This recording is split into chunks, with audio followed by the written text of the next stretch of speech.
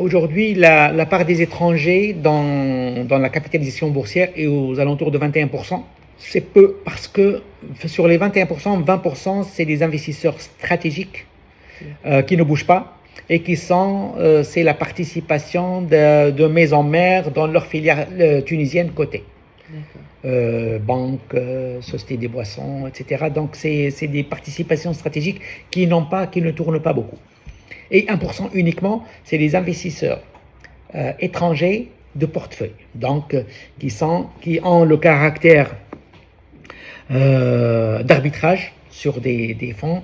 Et malheureusement, là aussi, je dis bien malheureusement parce que c'est trop peu, et ça démontre que nous avons une faible capacité à attirer ces investisseurs étrangers en Tunisie.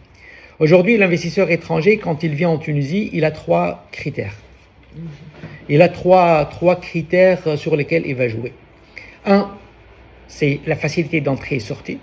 Et là, je pense que maintenant, les acteurs sont habitués, avec une réglementation de change adaptée pour ces investisseurs-là, avec une fiche d'investissement. Donc, il y a cette fluidité d'entrée et sortie.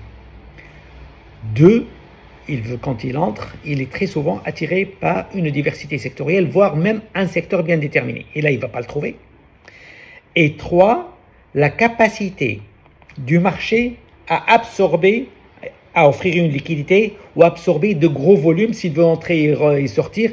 Et ça non plus, il ne va pas le trouver parce qu'on a très peu de volume. Et imaginez un fonds qui mettrait 100 millions de dollars et qui décide après, pour une raison ou une autre, de vendre les 100 millions de dollars, il va pas trouver d'acquéreur. Donc là aussi, c'est un problème sur la liquidité.